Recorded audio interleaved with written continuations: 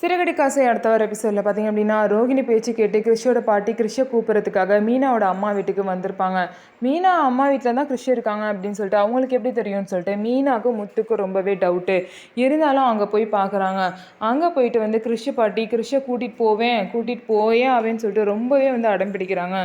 ஆனால் பார்த்தீங்க அப்படின்னா முத்துவும் மீனா மாற்றி மாற்றி கேள்வி கேட்குறாங்க. இவ்வளோ நாள் வந்து நீங்கள் எங்கே இருந்தீங்க, உங்களுக்கு எப்படி தெரியும் கிறிஷ் இங்கே இருக்குது, இவ்வளோ நாள் பார்க்காம நீங்கள் கிறிஷ் வந்து முடியாமல் வந்து அடிபட்டு இருந்தான், அப்போல்லாம் நீங்கள் எங்கேம்மா போனீங்க, அப்போல்லாம் நாங்கள் தான் வீட்டில் கூட்டிகிட்டு போய் பார்த்துக்கிட்டோம், இப்போ கிறிஷ் அவ்வளோ பெரிய ஆபத்துலேருந்து அவர் காப்பாற்றிருக்காரு, அவரை போய் நீங்கள் இப்படி பேசுகிறீங்க, ரவுடி இதெல்லாம் சொல்கிறீங்க, இதெல்லாம் வந்து எப்படி உங்கள் பொண்ணுக்கு தெரியும் அப்படின்னு சொல்லிட்டு முத்து வந்து கேள்வி மேலே கேள்வி முத்து மீனாவும் கேட்குறாங்க.